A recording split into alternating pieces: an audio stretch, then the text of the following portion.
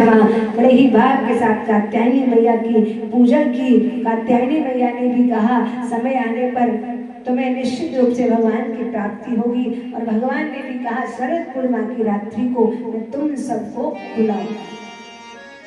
श्री सुखदेव भगवान कहते हैं कि दीपावली का जो दूसरा दिन होता है गोवर्धन लीला, तो गोवर्धन पूजा वाले दिन मैया को बहुत सारा काम करना था, क्योंकि ब्रज में इंद्र की पूजा होती है। गोवर्धन भगवान की पूजा नहीं होती, इंद्र की पूजा होती है।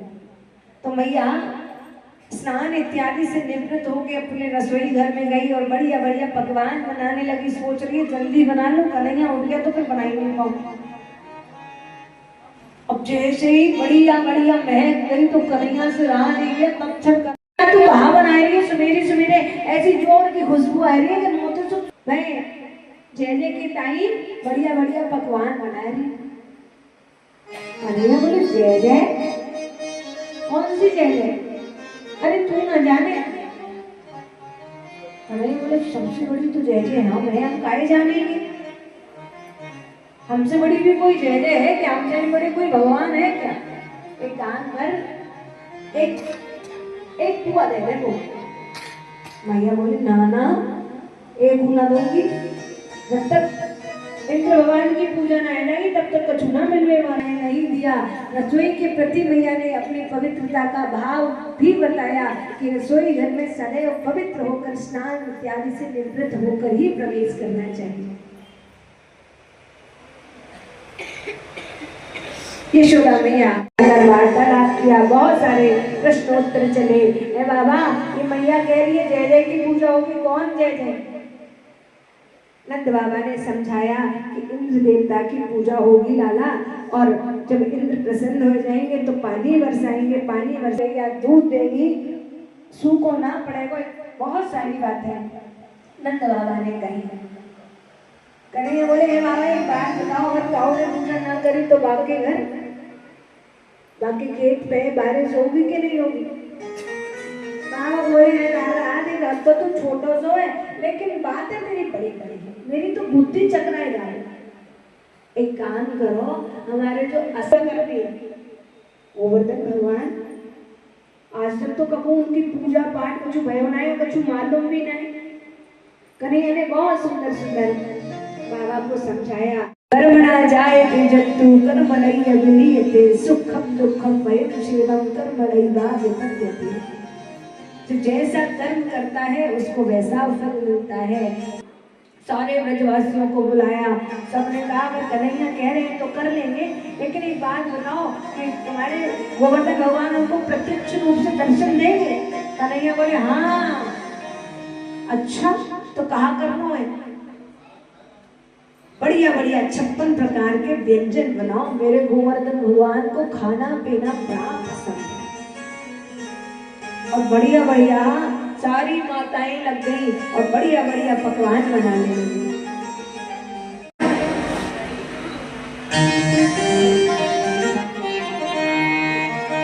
खुरचन है खीर मोहन, खीर सावर खुरमी खीर, खजला जलेबी कलाकंद बालूशाही, मोहन थार मेवा वाटी मठरी मसूर पाक, पेड़ा रसगुल्ला संग रबड़ी सुहाई है,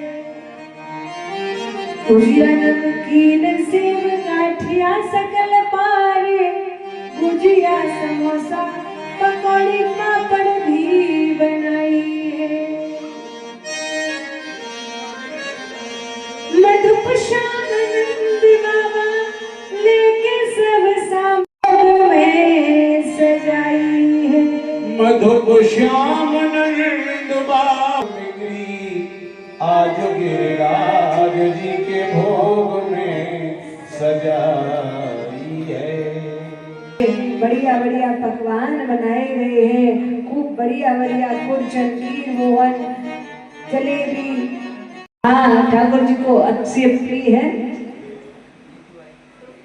बढ़िया बढ़िया मोहन थाल पेड़ा रसगुल्ला रबड़ी रसमलाई बढ़िया बढ़िया मिठाइयाँ खूब सारी रही, ऐसे बढ़िया बढ़िया कि भैया कहते कहते मुंह में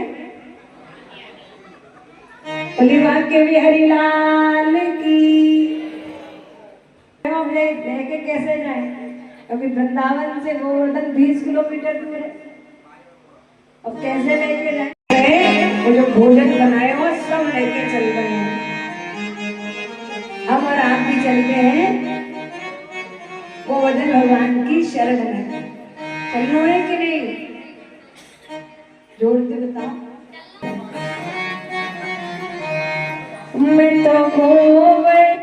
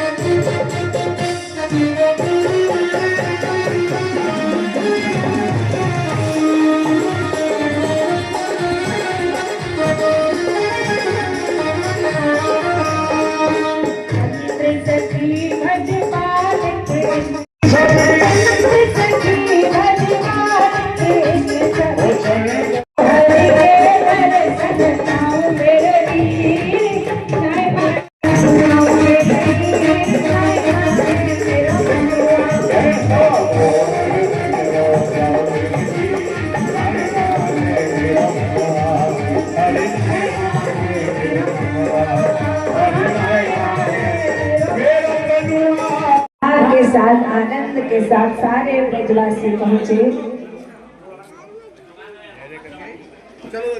और बड़े प्रेम के साथ सारे ब्रजवासियों ने ठाकुर जी एक रूप से तो मेरे बांके बिहारी लाल उन ब्रजवासियों के मध्य में खड़े हैं, एक रूप से गोवर्धन भगवान ऐसो बढ़िया बढ़िया मेरे गोवर्धन भगवान को सारे ब्रजवासी स्नान करा रहे हैं।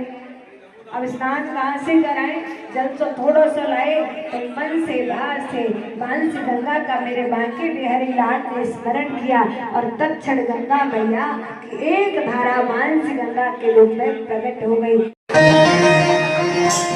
और इस प्रकार से सारे ब्रजवासी आनंद के साथ कन्हैया को खूब बढ़िया बढ़िया पगाने लगे। सारे ब्रजवासी वापस चले गए, इनको क्रोध आया, इन्होंने क्रोध बरसाया। सारे ब्रजवासी कन्हैया की पुनः शरण में गए और कन्हैया ने 7 दिन के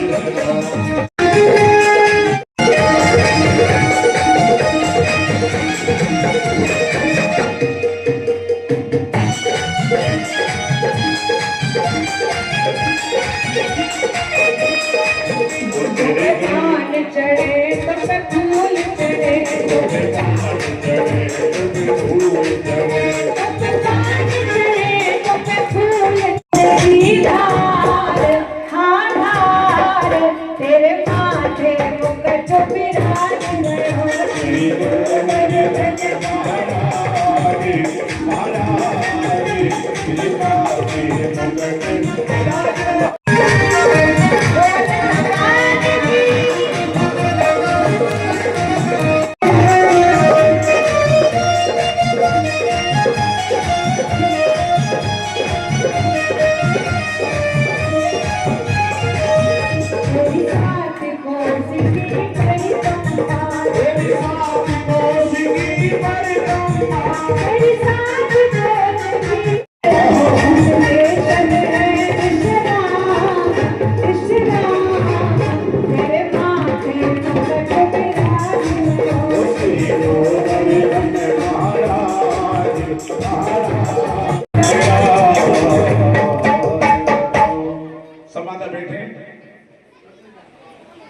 मूर्ति उतारू मैं गिरधर तेरी आरती उतारू मैं गिरधर तेरी आरती अरे मन में बसा कर तेरी मूर्ति मन में बसा कर तेरी मूर्ति उतारू मैं गिरधर तेरी आरती मन में करुणा करो कष्ट हरो जानो भगवान करुणा करो कुछ नहीं मेरा मन में बसा के तेरी मूर्ति उतारो मैं भगवान तेरी आरती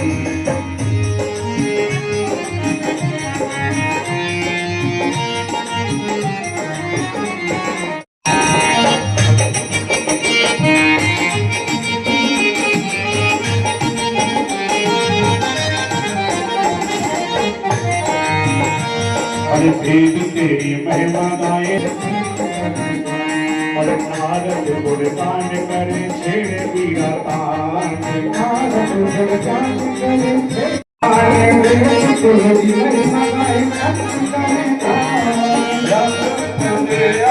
नारद गुणगान करे छेड़ बीड़ा तान नारद गुणगान करे छेड़ बीड़ा तान भक्त तेरे द्वारे करते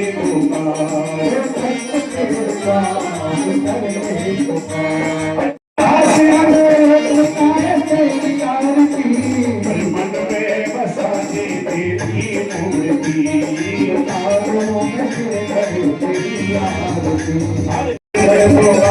तेरी आरती गिरधर में गाऊं तेरी आरती।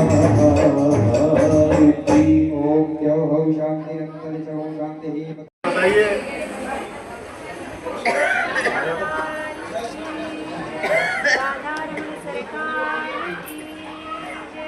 आज बड़ा ही शुभ है गोवर्धन भगवान का पंचम दिवस श्रीमद् भागवत कथा में बड़े ही धूमधाम के साथ संपन्न हुआ। कोटला के रंग महल में श्रीमद् भागवत कथा चल रही है और ऐसा लग रहा है साक्षात श्री राम वृंदावन ही यहाँ पर प्रकट हो गया हो। सबको बहुत आनंद आ रहा है, बड़े ही आनंद के साथ, बहुत उत्साह के साथ पूरा मानवानी परिवार इस कथा को करा रहा है और उतने श्रद्धा के साथ, उतने ही आनंद के साथ श्रवण भी कर रहा है। सबको खूब खूब राधे राधे, जय श्री राधे। और बाके बिहारी लाल की जय। रंग महल बीकानगर सुलेखुल नगर इस समस्त भक्तों द्वारा यह अद्भुत श्रीमद् भागवत कथा का जो आज 5वें दिन, ऐसा मौसम ऐसे लग रहा था कि वृंदावन धाम रंग महल बना हुआ है।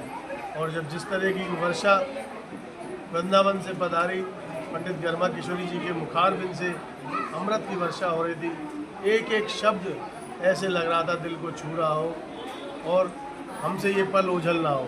हम सभी लोगों ने, आसपास के क्षेत्रवादियों भक्तों ने इस भगवत का कथा का हम लोगों ने रसपान किया और हम सभी लोग कहते हैं शेष 2 दिन इस समय को ना गंवाएं और कहते ना चाहे शुरुआत चाहे आखिरी बात सब भली होती है। आप इस भागवत का रसपान करें और बिहारी जी के चरणों में अपने जीवन को सफल करें। जय जय। ये परिचय किस तरह से भागवत का? मैं सुंदरलाल चितवानी। आज हमारे मानवानी परिवार द्वारा श्री रंग महल में जो भगवत कथा चल रही है, आज से 5वें दिन हमारे पंडित गन्ना किशोरी के द्वारा मुखड़ा बिंदु द्वारा आज श्री गोवर्धन जी के महिमा का गुणगान किया गया। गोवर्धन जी की परिक्रमा की गई और उनका स्वागत सत्कार किया गया, उनका 56 भोग का लगाया गया। मैं धन्यवाद देता हूँ श्री नानक राम जी को, उन्होंने इस कार्य को करने का बीड़ा उठाया। और सबसे बड़ा धन्यवाद उन श्रद्धालुओं को जो इतने भक्त आज यहाँ पर उपस्थित हुए और उन्होंने अपना आशीर्वाद प्राप्त किया श्री ठाकुर जी से। श्री गिरिराज महाराज की जय। जय जय श्री राम।